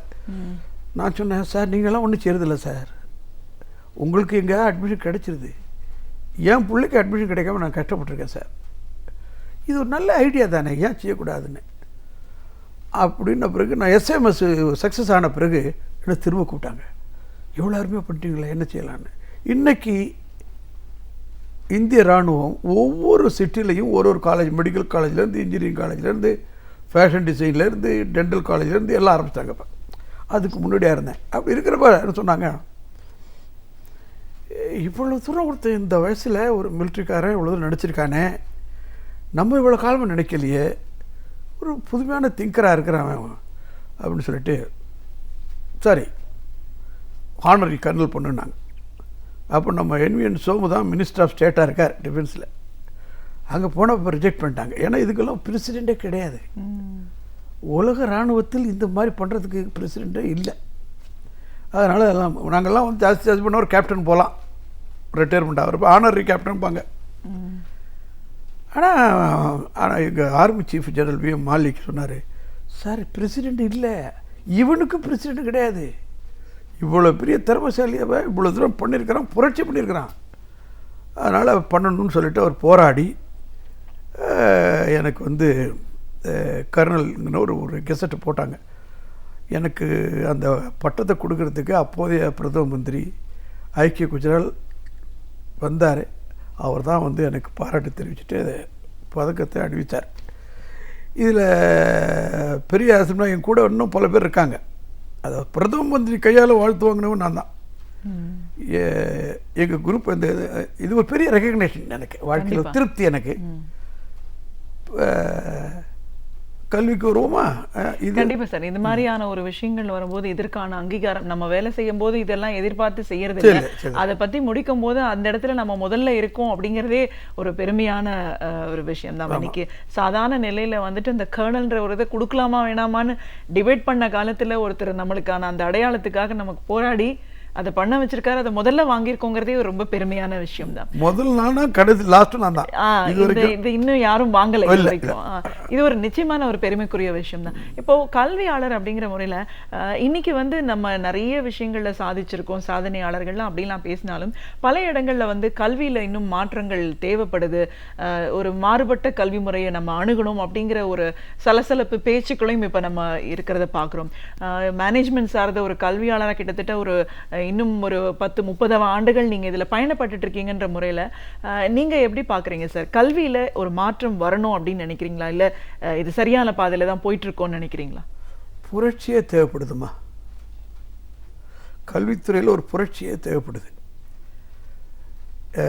அதுக்கு வந்து நான் பேராசிரியர்களையும் ஆசிரியர்களையும் தான் வந்து குறை சொல்லுவேன். ஏன்னா மாணவர்களை குறை சொல்லி பிரயோஜனம் இல்லை. அவங்க வந்து நம்ம எப்படி ஆட்டி வைக்கிறோமோ அப்படி தான் அடங்குவாங்க. என்னுடைய அனுபவம் இப்போவும் என்கிட்ட 2000 பேர் எம்பி படிக்கிறாங்க. நான் 360 நாள் கிளாஸ் நடத்துகிறேன். அவங்களுக்கே தெரியுது நமக்காக வேண்டிய எல்லாம் செய்கிறாங்கன்னு. ஒரு கம்ப்ளைண்ட் கிடையாது. இது உள்ள நிலவரம். அது இப்போ 7% இன்ஜினியருக்கு தான் வேலை கிடைக்குதுன்னு ஒரு சர்வே சொல்லுது. ஆமாம். அப்படின்னா மற்றவங்க இன்ஜினியர் படிச்சுட்டு என்ன பண்ண போகிறாங்க? பிஏ படிக்கிறாங்க. நம்ம ஒரு காலத்தில் எல்லாம் ஐஏஎஸ்ல இருந்தோம், ஐபிஎஸ்ல இருந்தோம், என்னத்துக்கு இங்கெல்லாம் இருந்தோம். இப்போ என்னென்னா அது ஒரு ஆசிரியர்கள்லாம் நான் சொன்னேன், எனக்கு உரமிட்டவர்கள் ஆசிரியர்கள். 5 வளையாது 50 வளையுமான்னு சொல்லுவாங்க. ஆக நம்முடைய ஆசிரியர்கள் எல்லாம் பொறுப்படுத்துக்கணும்.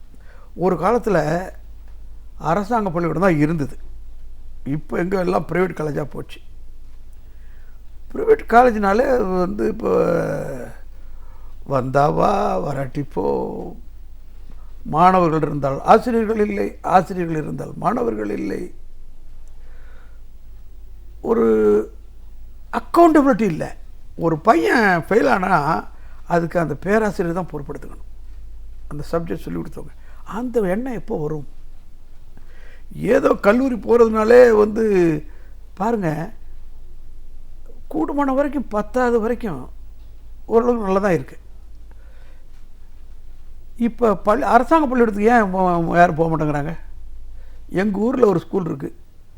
அதில் ஒருத்தர் படிக்க மாட்டேங்கிறாங்க. ஃப்ரீங்கிறோம், லேப்டாப் கொடுக்குறோங்கிறோம், சைக்கிள் கொடுக்குறோங்கிறோம், அதை கொடுக்குறோம், இதை கொடுக்குறோம், மிட் டே மீல்ஸுங்கிறோம். இவ்வளோ சோர்கள் இருக்கும் பொழுது வெளியில் போய்ட்டு 1 லட்சம் கொடுத்துட்டு ப்ரைவேட் ஸ்கூலில் போய்ட்டு 9வது அமைச்சிடுறான் ஒருத்தன். அது மக்களுடைய ஒரு விரக்தியை காட்டலையா? அரசாங்கம் பள்ளிக்கூடத்துக்கு போனாக்கா நமக்கு ஒன்றும் கிடைக்க மாட்டேங்குதுன்னா. ஏன்னா எகெயின் ஆசிரியர்களே காரணம்.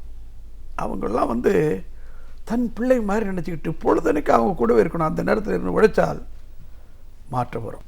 மகாராஷ்டிர மாநில தமிழர் நல கூட்டமைப்போட நிர்வாக தலைவராகவும் ஓய்வு பெற்ற இராணுவ அதிகாரியாகவும் இன்னைக்கு வந்து ஒரு திறன் வாய்ந்த ஒரு சாதனையாளரான கல்வித்துறையில் ஒரு பெரிய ஒரு மாற்றத்தை ஏற்படுத்தி இன்றைக்கும் பயணப்பட்டு இருக்கிறவராகவும் இன்னைக்கு நிறைய விஷயங்களை பேசியிருக்கோம்.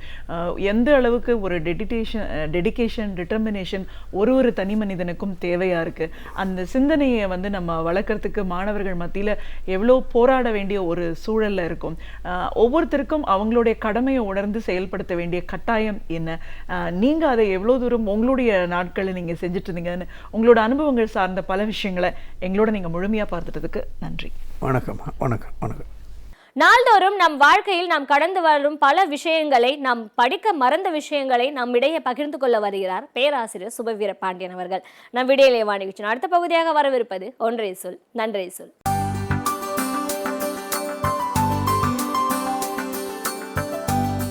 அனைவருக்கும் என் அன்பு வணக்கம். எல்லாவற்றையும் பொருட்படுத்தி கொண்டிருக்காதீர்கள் என்று சிலர் நமக்கு அறிவுரை சொல்லுவதை கேட்டிருக்கிறோம். அது என்ன பொருட்படுத்தி கொண்டிருக்காதீர்கள் என்றால் என்ன பொருள்? ஒன்றை கேட்டுக்கொள்வது வேறு, கேட்கிற செய்திகளை நினைவில் வைப்பது வேறு, நினைவில் இருப்பனவற்றை பயன்படுத்துவது வேறு, சொல்லப்பட்ட செய்திகளுக்கு மாறாக நாம் கருத்துக்களை உரைப்பது வேறு. இவை எதிலும் அடங்காத ஒன்றுதான் பொருட்படுத்துதல் என்பது. பொருட்படுத்துதல் என்பதை நாம் பலமாறாக எண்ணி பார்க்கலாம். ஆங்கிலத்திலும் கூட மைண்ட் என்கிற சொல்லுக்கு மனம் என்றுதான் பொருள். ஆனால் சில நேரங்களில் வழக்கில் would you please mind it என்று கேட்பார்கள். நீங்கள் இதை மைண்ட் செய்வீர்களா என்றால் நீங்கள் மனத்தில் கொண்டு போவீர்களா என்பதல்ல, நீங்கள் பொருட்படுத்துகிறீர்களா என்றுதான் பொருள். எனவே பொருட்படுத்துதல் என்பதற்கு தனியாக ஒரு பொருள் இருக்கவே செய்கிறது. எல்லாவற்றுக்கும் நாம் எதிர்வினை ஆற்றி கொண்டிருக்க வேண்டியதில்லை. சிலவற்றை பொருட்படுத்தாமல் தள்ளிவிடலாம் என்பது அதனுடைய உள்ளடக்கம். அதாவது ஒரு செய்தி சொல்லப்படுகிற போது அது யாரால் சொல்லப்படுகிறது, எந்த நோக்கத்தை கொண்டு சொல்லப்படுகிறது, அந்த சொல்லப்படுகிற செய்திக்கு என்ன ஆதாரம் இருக்கிறது என்பதையெல்லாம் எண்ணி பார்த்து தான் நாம் கவலை கொள்ள வேண்டும் அல்லது விடை சொல்ல வேண்டும். யாரேனும் ஒருவர் நம்மை பற்றி தவறாக சொல்லிவிடுகிறார் என்றால் எல்லாவற்றுக்கும் நாம் கவலைப்பட்டு கொண்டிருக்கக்கூடாது. பொருட்படுத்துதல் என்பதிலிருந்து தான் கவலைப்படுதல் வெளிவருகிறது. பொருட்படுத்துகிற போது 2 விதமான எதிர்வினைகள் நிகழும். ஒன்று அதனை எண்ணி கவலை கொள்ளுதல், இன்னொன்று உடனடியாக அதற்கு கடுமையாக மறுமொழி கூறுதல் அல்லது எதிர்வினை ஆற்றுதல். இவை இரண்டும் எல்லா நேரங்களிலும் நிகழ வேண்டியதில்லை என்கிற அறிவுரை அல்லது எச்சரிக்கை தான் எல்லாவற்றையும் பொருட்படுத்தாதீர்கள் என்பது. என்ன காரணம் என்றால், சிலர் நம்மை சீண்டி பார்க்க வேண்டும் என்பதற்காகவே அப்படி சொல்லுவார்கள். சிலர் நம்மை புரிந்து கொள்ளாமல் நம்மீது அவதூறு பரப்புவார்கள். எனவே நம்மீது சொல்லப்படுகிற அவதூறு அது யாரால் சொல்லப்படுகிறது, அவருக்கான நோக்கம் என்ன என்பதை கண்டறியாமல் உடனுக்குடனாக நாம் விடை சொல்ல வேண்டியதும் இல்லை, அது குறித்து நாம் கவலை கொள்ள வேண்டியதும் இல்லை. ஒரு முறை தந்தை பெரியார் அவர்கள் சொன்னார், எதிரிகள் சொல்லுகிற எல்லாவற்றுக்கும் நாம் பதில் சொல்லி கொண்டிருக்கக்கூடாது. அப்படி பதில் சொல்லி கொண்டிருந்தால் எதிரி ஜெயித்து விடுவான் என்று அவர் சொன்னார்.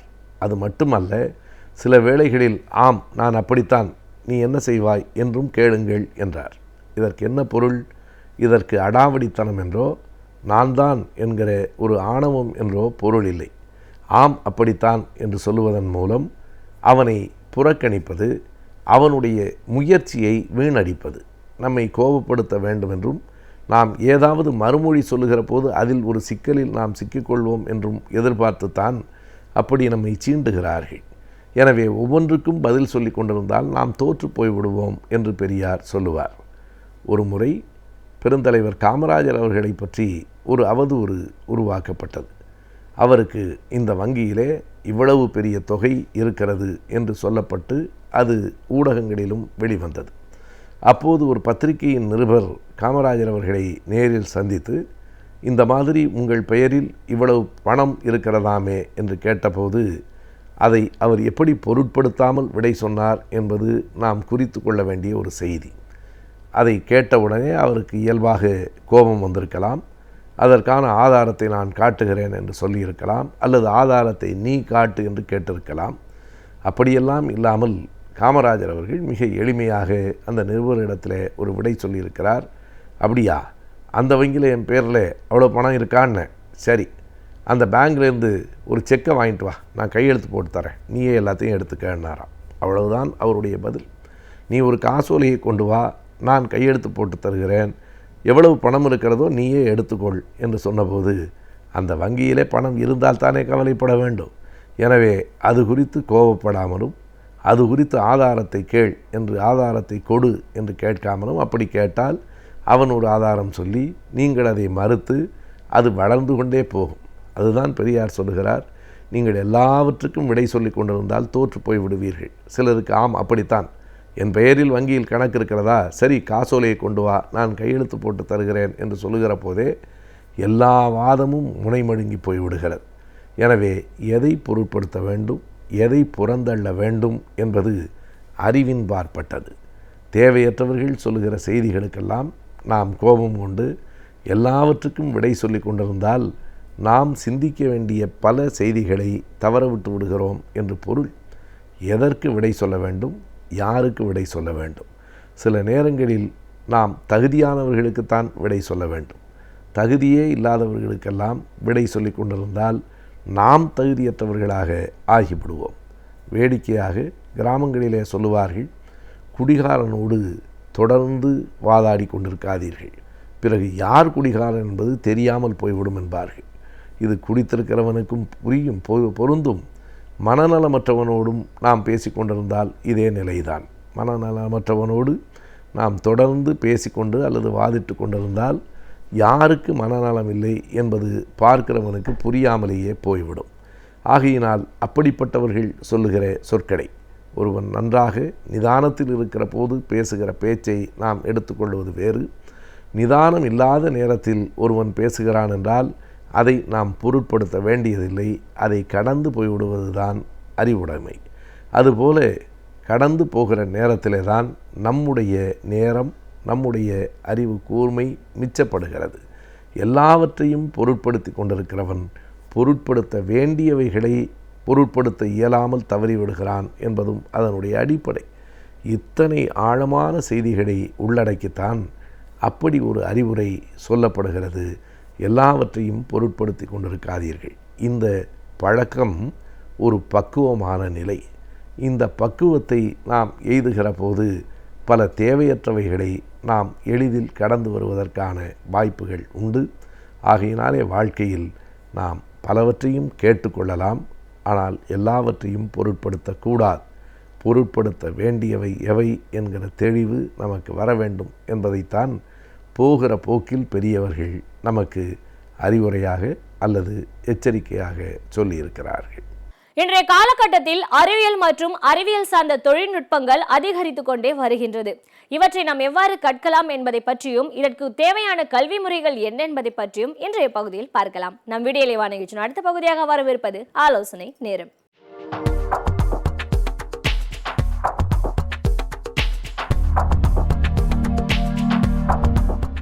வணக்கம்.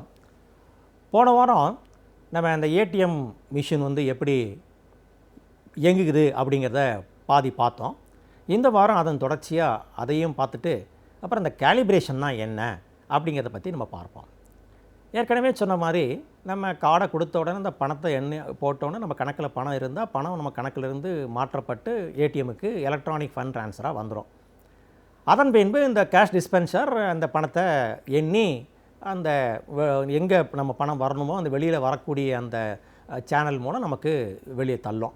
அப்படி தள்ளுறதுக்கு முன்னால் இன்னொரு வகையான ஒரு செக் இருக்குது. அது என்ன பண்ணும், அங்கே ஒரு லேசர் ஒன்று இருக்கும். அது என்ன பண்ணும், நம்முடைய நோட்டை திக்னஸ் எல்லாம் வெரிஃபை பண்ணும். அதனுடைய தடிமானம் சரியாக இருக்கா அப்படின்னு. அதில் மடிஞ்சிருந்தால் கூட அது சரியாக அக்செப்ட் பண்ணிக்காது, கிழிஞ்சிருந்தாலும் பண்ணாது. ஆக அதை பார்த்துட்டு என்ன பண்ணணும், அந்த நோட்டை ரிஜெக்ட் பண்ணி உள்ளே தள்ளிடும். அது ஏற்கனவே தனியாக ஒரு ரிஜெக்ட் ட்ரேன்னு ஒன்று இருக்கும். அந்த ட்ரேயில் அந்த பணம் போய் விழுந்துடும். ஆக மிச்சம் சரியாக இருக்கிற பணம் நமக்கு வரும். இதுதான் நடைமுறையில் உள்ள இதனுடைய இயக்கம், சுருக்கமாக சொல்ல போனோம்னா. இப்போ இந்த பணத்தை தள்ளக்கூடிய இந்த கேஷ் டிஸ்பென்சரை பற்றி தான் இப்போ நம்ம இன்றைக்கி கேலிபிரேஷனுங்கிற பற்றி பேச போகிறோம். நமக்கு இந்த 20 நாட்களாக ஏடிஎம்மில் பணம் வராமல் இருப்பதற்கான ஒரு காரணம் என்ன சொல்லப்படுதுன்னு கேட்டிங்கன்னா, கேலிபிரேஷன். ஏடிஎம் மிஷினை இன்னும் கேலிபிரேட் பண்ணலை. அதாவது கேலிபிரேட் அப்படின்னா அளவை திருத்துறது. என்ன அளவை திருத்தணும்னு பார்த்தீங்கன்னா, இந்த கேஷை டிஸ்பென்ஸ் பண்ணுறதுல இருக்கிற ட்ரே இருக்குதுங்களா, அந்த ட்ரே அந்த தட்டை மாற்றணும். அந்த தட்டு எந்த வகையில் இருக்குன்னா, வழக்கமாக 4 வகையான தட்டுக்கள், 4 வகையான ட்ரே இருக்கும். பொதுவாக இப்போ இருக்கிற இந்த நிலவரத்துக்கு முன்னால் இந்த 500, 1000 நோட்டுக்களை செல்லாதுன்னு அறிவிப்பதற்கு முன்னால் பார்த்தீங்கன்னா, ஏடிஎம்மில் இருந்த இந்த 4 ட்ரேயில் மொதல் ட்ரே 1000 ரூபாயும், அல்லது 2 ட்ரே, 3வது ட்ரே 500 ரூபாயும், 4வது ட்ரே 100 ரூபாயோ, இல்லது 100, 500, 1000 அப்படி தான் இருக்கும். ஆக 2 ட்ரே 500ம், ஒரு ட்ரே 1000 ரூபாயும், ஒரு ட்ரே 100 ரூபாயும் வைப்பதற்காக சீரமைப்பிக்கப்பட்டிருக்கும். அதாவது என்னென்னு கேட்டிங்கன்னா, ஒவ்வொரு நோட்டும் ஒரு அகலம் ஒரு நீளம் வாக்கில் இருக்கும். அதுக்கு ஏற்ற மாதிரி அந்த ட்ரேயை அமைச்சிருக்காங்க. ஸோ அந்த இப்போ 1000 ரூபா இருக்கிற ட்ரேயில் நீங்கள் 1000 வச்சா தான் அது அக்செப்ட் பண்ணிக்கும். அதே மாதிரி 500 ரூபா ட்ரேயில் 500 வச்சா தான் அக்செப்ட் பண்ணிக்கும். 100 ரூபாவில் அது மாதிரி தான் இருக்கும். இப்போ இந்த 4 ட்ரேயில் ஒன்றில் 100 ரூபாயும், 2ல் 500 ரூபாயும், இன்னொன்றில் 1ல் 1000. ஆக 4 ட்ரேயும் இப்போ இருக்கிற இந்த நிகழ்வு இந்த 500, 1000 நோட்டுக்களை செல்லாதுன்னு அறிவித்ததன் காரணமாக 500 ரூபாயும் பழைய 500 ரூபா நோட்டை வைக்கவும் முடியாது. அதனால் அது செயலிழந்து போயிடுச்சு. 1000 ரூபா வைக்க முடியாது. அதனால் அந்த ட்ரேயும் செயலிழந்து போச்சு.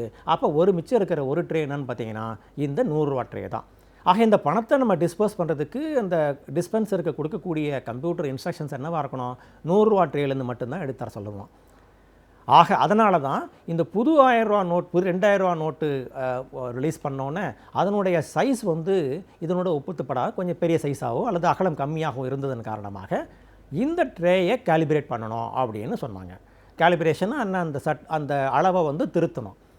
கிட்டத்தட்ட 2,20,000 ஏடிஎம்கள் இந்தியாவில் இருக்கிறதாக ஒரு புள்ளி விவரம் சொல்லுது.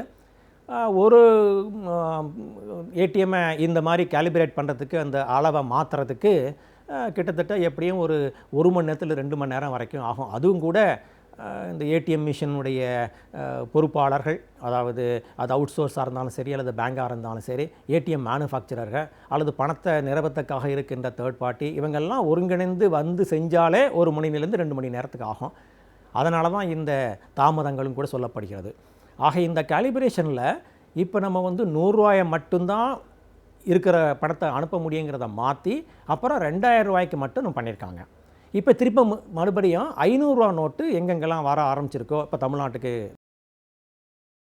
அப்போ அந்த பணத்தை நம்ம அதுக்கேற்ற மாதிரி அந்த ட்ரேயை கேலிப்ரேட் பண்ணணும். அதாவது அதனுடைய அளவை வந்து மாற்றணும். ஆக இந்த மாதிரியான முறைகளுக்கு பேர் தான் ஏடிஎம் கேலிப்ரேஷன்னு பேர். இந்த ஏடிஎம் கேலிப்ரேஷன் ஏற்கனவே செய்யப்படாதன் காரணமாகத்தான் இந்த நோட்டுக்களை செல்லாதுன்னு அறிவித்து அதுக்கப்புறம் பொதுமக்களுக்கு இந்த நோட்டு சப்ளையை கொண்டு வர முடியாததற்கு முக்கிய காரணமும் இதுவும் ஒன்றா சொல்லப்படுது. அப்புறம் நோட்டினுடைய பிரிண்ட் மிஷின்லேருந்து ப்ரெஸ்லேருந்து வந்ததும் தாமதங்கிறது இன்னொரு காரணமாகவும் சொல்லப்படுது. ஆக இப்போ இந்த நம்ம ஏடிஎம் ஆட்டோமேட்டிக் டெல்லர் மிஷினில் எப்படி நம்ம பணம் வெளியில் வரப்படுது அல்லது எப்படி நமக்கு அந்த கேலிப்ரேஷன் பண்ணப்படுதுங்கிறத பற்றி நம்ம பார்த்தோம். இந்த ஏடிஎம்மில் நம்ம பயன்படுத்துகின்ற போது சில வகையான சிக்கல்கள், அதாவது சிரமங்கள் அப்படிலாம் வர ஆரம்பிக்கும். இப்போ புதுசாக வரக்கூடிய சிரமம் அப்படின்னு பார்த்திங்கன்னா, இப்போ என்ன சொல்லியிருக்காங்க, நிறைய பேர் பயன்படுத்துறதுனாலையும் அது சுத்தப்படாமல் இருப்பதனாலையும் காரணத்தினால சில ஹியூமன் வைரஸஸ்லாம் அதில் வர ஆரம்பிக்குது. முன்ன கம்ப்யூட்டர் வைரஸ் இருந்தது போக இப்போ எல்லோரும் அதை தொட்டு பண்ணிகிட்டு இருக்கிறனால இந்த வைரஸ்லாம் வர ஆரம்பிக்குது. அதனால் கொஞ்சம் நம்ம அதை பயன்படுத்தணுன்னு கையை கழுவுனா தேவையில்லைங்கிறது கூட சொல்லப்படுகிறது. ஆக இந்த ஏடிஎம்முடைய நிகழ்வுகளை வரக்கூடிய பிரச்சனைகளில் இப்போ புதிதாக சேர்ந்திருக்கிற ஒரு பிரச்சனைன்னு பார்த்திங்கன்னா, அதில் இருக்கிற ஜம்ஸ். இந்த ஜம்ஸு நம்முடைய உடலில் புகக்கூடிய வாய்ப்புகள் இருக்குங்கிறது ஒன்று. ரெண்டாவது, தகவல் தொடர்பு பாதுகாப்பாளர்கள்லாம் சொல்லக்கூடிய முக்கியமான நிகழ்வுகள் என்னென்னு கேட்டிங்கன்னா, கம்ப்யூட்டரில் இருக்கக்கூடிய சாஃப்ட்வேரில் இப்போ ஒரு புது வகையான வைரஸை புகுத்திருக்காங்க. அதனால தான் கிட்டத்தட்ட பார்த்திங்கன்னா ஒரு 6 லட்சம் கார்டை State Bank of India block பண்ணிட்டாங்க. இதனால் பாதிக்கப்பட்ட மொத்த கார்டுகளுடைய எண்ணிக்கையே வந்து ரொம்ப அதிகமாக இருந்ததுனால நிறைய பேர் கார்டுகளுடைய உடனடியாக அதனுடைய பின் நம்பரை மாற்ற சொல்லி சில வங்கிகள்லாம் நம்முடைய வாடிக்கையாளருக்கு சொல்ல ஆரம்பித்தாங்க. இது ஒரு வகையான பிரச்சனை நமக்கு. அத்தோட கார்டுகளுடைய ஸ்கிம்மிங் சொல்லக்கூடிய இந்த ஏடிஎம் மிஷினில் சில உபகரணங்களை இந்த திருடர்கள் பதிச்சு வச்சுருவாங்க. அதனால தான் நம்ம அந்த ஏடிஎம் மிஷினுக்குள்ளே போகிறப்ப வழக்கமாக இருக்கிற ஏடிஎம்முடைய அமைப்பை மீறி வேறு ஏதாவது மிஷின்கள் எங்கேயாவது அல்லது பகுதிகள் ப்ரொஜெக்டாக இருந்தால் நம்ம ஜாக்கிரதையாக இருக்கணுங்கிறது. என்ன காரணம் கேட்டிங்கன்னா, நம்ம கொடுக்குற கார்டை ஆக்சுவலாக அந்த ஏடிஎம் மிஷின் வந்து உள்ள ரீடர் வந்து ப்ராசஸ் பண்ணணும்னு சொன்னோம் இல்லைங்களா, அந்த ப்ராசஸை அந்த ரீடர் பண்ணாமல் அந்த ரீடருக்கு முன்னால் வைக்கப்பட்டிருக்கிற இந்த அடிஷனல் சாதனம் வந்து என்ன பண்ணும், இந்த தகவல்களை திருடிக்கும். அதுக்கப்புறம் இந்த மிஷினை வச்சவங்க என்ன பண்ணுவாங்க, அந்த தகவல்களை எடுத்துகிட்டு போயிடுவாங்க. அதே மாதிரி அந்த கீபோர்டில் நம்ம வந்து நம்மளுடைய எண்களை அமுத்துறப்ப இந்த எண்கள் வந்து பார்க்கப்படுகிற வாய்ப்புகள் இருக்குது. அதுவும் பர்டிகுலராக இப்போல்லாம் கும்பல் இருக்கிறனால ஏடிஎம்மில் ஒருத்தர் நம்ம ஆப்ரேட் பண்ணுறப்ப இன்னொருத்தர் வெளியில் நிற்கணுங்கிறது விதிமுறை. ஆனால் யாருமே இருக்கிறதில்ல, உள்ளே 2-3 பேர் வந்துடுறாங்க. அதனால் நம்ம வந்து தகராறு பண்ண முடியாது. உண்மையிலே சொல்லப்போனால் போகக்கூடாது. அப்படி இருக்கிற பட்சத்தில் அது எப்படி தவிர்ப்பதுன்னு பார்த்திங்கன்னா, அந்த நம்பரை நம்ம கையை மூடி வச்சுக்கிட்டு நம்ம பண்ணணும். 2 வகையில். ஒன்று அந்த ஷோல்டர் சர்ஃபிங்கிற மெத்தடில் பக்கத்தில் நின்று நம்ம என்ன அடிக்கிறோங்கிற பார்க்கக்கூடிய வாய்ப்புகளை தவிர்ப்பதற்காகவும், இன்னொன்று சில கேமராக்கள் ஹிடனாக அங்கே வந்து பதிக்கப்பட்டிருக்கோம். அதுக்கு நம்ம அடிக்கிற நம்பரை வச்சு தெரிஞ்சிடும். ஏற்கனவே கார்டு டீட்டெயில்ஸை இந்த அடிஷ்னலாக இருக்கிற சாதனம் மூலம் பெறக்கூடிய இந்த திருடர்கள் நம்ம அடிக்கிற நம்பரை கேமரா மூலம் பெற்றுக்கிறதுனால ரொம்ப ஈஸியாக ஒரு டூப்ளிகேட் கார்டு பண்ணி நம்ம கணக்கிலேருந்து பணத்தை எடுக்கக்கூடிய வாய்ப்புகள்லாம் இருக்குது. ஸோ அதனால் இப்போ எல்லாரும் தினமும் இந்த கார்டை ஒரு ஏடிஎம் ரூமுக்கு போய் ஒரு முறையாவது சந்திக்க வேண்டிய ஒரு சூழ்நிலை இன்றைக்கி இருக்கிறதுனால இந்த சில பாதுகாப்பு முறைகளையும் மனசில் கொண்டுக்குங்க. இந்த பாதுகாப்பான முறைகளோடு நம்ம அந்த ஏடிஎம்மை அணுகணும்னா நம்முடைய பணமும் பாதுகாப்பாக இருக்கும். நமக்கு வரக்கூடிய சில சொல்லப்படுகின்ற இந்த வைரஸ் ஜம்ப்ஸ்னால் வரக்கூடிய சில பிரச்சனைகளையும் தவிர்க்கலாம். நாம் வாழும் சூழல் என்பது நாளுக்கு நாள் மாசுபடிந்து கொண்டே வருகின்றது. எனவே நம் சூழலை நாம் எவ்வாறு அழகாக பாதுகாக்கலாம் என்பதை பற்றியும், சுற்றுச்சூழல் என்பது மிகவும் அவசியம் என்பதை பற்றியும் நம்மிடையே பகிர்ந்து கொள்ள வருகிறார் டாக்டர் வின்சென்ட் அவர்கள். நம் விடையிலே வா நிகழ்ச்சி நிறைவு பகுதியாக வரவிருப்பது சுற்றுச்சூழல்.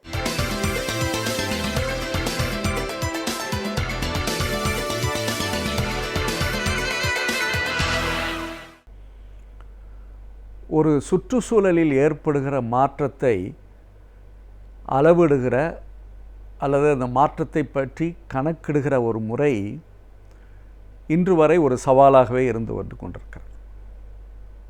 ஏனென்றால் ஒரு சுற்றுச்சூழல் சீர்கேடு அடைந்திருக்கிறது என்பதை நாம் எளிதாக தெரிந்து கொள்கிற ஒரு வாய்ப்பு நமக்கு இருக்கிற பொழுது அதற்கு ஏற்ற சில திட்டங்களை தீட்டுவதற்கும் அல்லது சுற்றுச்சூழலில் ஏற்படுகிற அந்த சீர்கேற்றத்திற்கு காரணியாக இருக்கிற விஷயங்களை ஒதுக்கி விடுகிற ஒரு வாய்ப்பு நமக்கு தரப்படுகிறது. ஆனால் பல நேரங்களில் சுற்றுச்சூழலில் ஏற்படுகிற அந்த மாற்றம், அதுவும் குறிப்பாக எதிர்மறையான மாற்றம் நமக்கு பல ஆண்டுகள் கழித்து தான் தெரிகிறது. அதனால்தான் பல நேரங்களில் நம்முடைய சுற்றுப்புற சீர்கேடு, அதனுடைய தன்மை ஆகியவற்றை புரிந்து கொள்வதற்கு பல வருடங்கள் ஓடி அதற்குள் அந்த சுற்றுச்சூழலை மீட்டெடுக்கிற முயற்சியில் கூட நாம் பல ஆண்டுகள் செலவழிக்க வேண்டியிருக்கிறது. அதனால்தான் இன்றைக்கு அதிகமான ஆராய்ச்சிகள் நடைபெற்று கொண்டிருக்கிற அதே வேளையில் அந்த ஆராய்ச்சியின் வெளிப்பாடாக நமக்கு பல அறிவும் தொழில்நுட்பங்களும் இன்றைக்கு வந்து கொண்டிருக்கிறது. அது ஒரு வரவேற்க தகுந்த ஒரு விஷயமாகத்தான் இருக்கிறது. ஏனென்றால் சுற்றுச்சூழலில் ஏற்படுகிற சிறு சிறு மாற்றத்தை நாம் துல்லியமாக கணக்கிடுகிற அந்த முறை நமக்கு, அந்த அறிவு நமக்கு இருக்கிற பொழுது நம் சுற்றுச்சூழலை வெகுவாக அதிகமாக பாதுகாத்து கொள்கிற வாய்ப்பு நம் கையில் தரப்படுகிறது. அதனால்தான் பல நூற்றாண்டுகள் கடந்து சுற்றுச்சூழலில் ஏற்படுகிற மாற்றங்களை நாம் புரிந்து கொள்ளக்கூடிய அளவிற்கு இன்றைக்கு அறிவும் தொழில்நுட்பமும் இன்றைக்கு வந்து கொண்டிருக்கிறது. அதை குறிப்பிடுகிற வகையில்தான் பயோ இண்டிகேட்டர் என்று சொல்லப்படுகிற ஒரு முறை, பயோ மார்க்கர்ஸ் என்று சொல்லப்படுகிற ஒரு முறை, குறியீட்டு காரணிகளாக இவை நமக்கு தரப்பட்டு கொண்டிருக்கிறது. நான் ஏற்கனவே இதை பற்றி ஒரு சில கருத்துக்களை பகிர்ந்தால் கூட, ஆனால் இன்றைக்கு வருகிற அந்த ஆராய்ச்சியினுடைய பல நன்மைகள் இன்றைக்கு நமக்கு புதியதாக புதுமையாக இருந்து கொண்டு வருகிறது.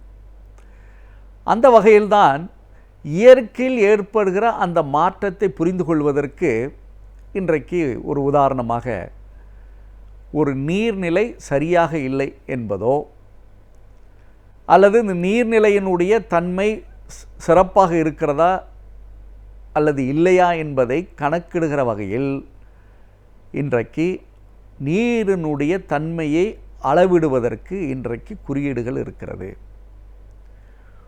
முதலாவதாக அந்த நீரினுடைய தன்மையை வைத்தே நாம் சொல்லிவிடலாம். அதனுடைய கலர் என்று சொல்வார்களே, அதனுடைய நிறத்தை அடிப்படையாக வைத்தே இந்த நீர் நல்ல நீரா அல்லது மாசுபடிந்த நீரா என்று சொல்லுகிற அளவிற்கு இன்றைக்கு நம்முடைய தொழில்நுட்பங்கள் வந்து கொண்டிருக்கிறது. அதுபோன்று ஒரு தண்ணீரினுடைய நிலைமையை ஆராய்ந்து கொள்வதற்கு ஒரு 5 குறியீடுகள், உதாரணமாக அதில் இருக்கிற ஆக்சிஜன் அல்லது அதில் இருக்கிற கார்பன் டை ஆக்சைடு, இன்னும் சொல்ல வேண்டுமென்றால் pH என்று சொல்லப்படுகிற அதனுடைய அமிலத்தன்மை, காரத்தன்மை, இதையெல்லாம் வைத்து ஒரு 4 காரணிகளை வைத்து அதை அளவிட்டு நாம் சொல்லிவிடலாம் இந்த தண்ணீர் சிறப்பான முறையில் இருக்கிறதா இல்லையா என்பது. இந்த 4 காரணிகளை வைத்து நாம் இந்த நீரினுடைய நிலவரத்தை நாம் புரிந்து கொள்கிற பொழுது அத்தகைய மாசுக்கள் அந்த நீரில் படாமல் இருப்பதற்கு நாம் முயற்சி செய்ய ஆரம்பித்திருக்கிறோம். ஆனால் ஒரு காலத்தில் அந்த நீர் பல மாசுகளை உள்ளடக்கி நாளடைவில் அந்த தண்ணீரை பயன்படுத்த முடியாத அளவிற்கு ஒரு நிலைக்கு நாம் தள்ளப்பட்டு விடுகிறோம். இதுதான் வித்தியாசம். ஆனால் இன்றைக்கு வருகிற அந்த தொழில்நுட்பங்களை வைத்து நாம் எளிதாக புரிந்து கொள்கிறோம். அதோடு சில நேரங்களில் சில விலங்குகள், இன்னும் சொல்ல போனவென்றால் என்று சொல்கிறோம், அல்லது கொசுக்கள் இருக்கிற இடங்களையும் நமக்கு தெரியும். அவை ஈக்களாக இருக்கலாம் அல்லது கொசுக்களாக இருக்கலாம்.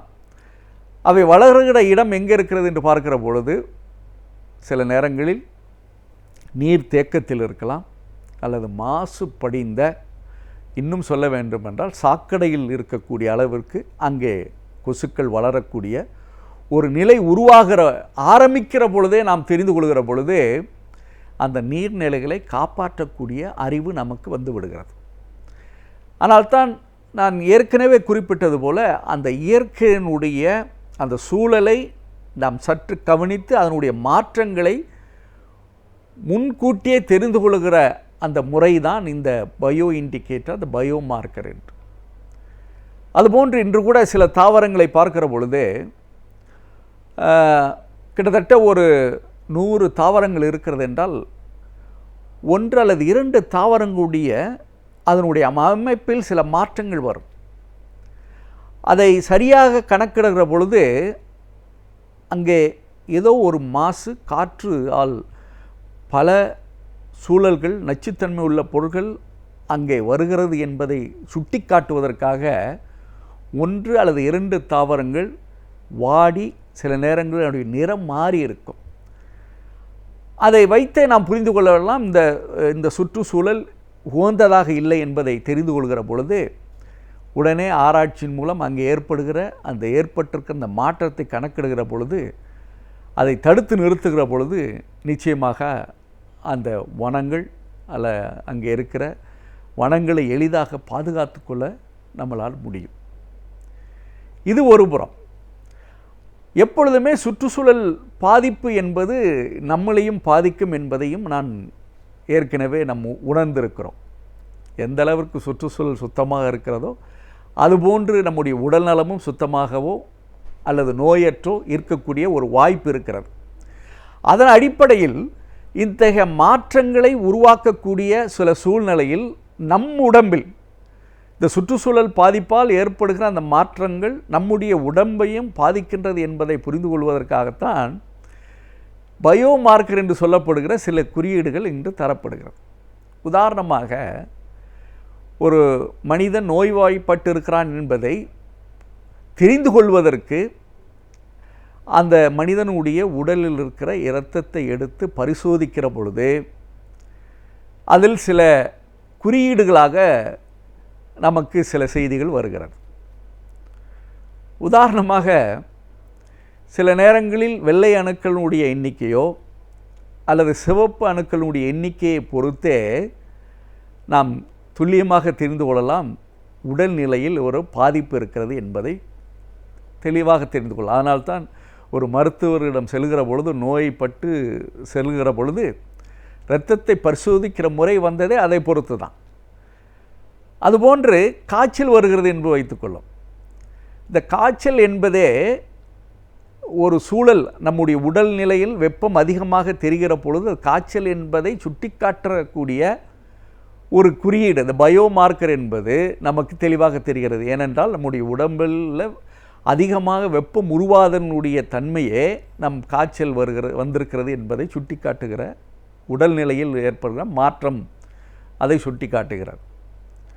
அதுபோன்று ஒரு மனிதனுடைய இரத்தத்தில் அதிகமாக கொலஸ்ட்ரால் இருக்கிறது என்று ஒரு குறியீடு நமக்கு வருகிற பொழுது, அல்லது ஆரம்ப நிலையில் என்று நமக்கு தெரிகிற பொழுது, நாம் எடுக்கிற அந்த முன்முயற்சி இதய கோளாறிலிருந்து நம்மளை பாதுகாத்து கொள்வதற்கு வழிவகுக்கிறது.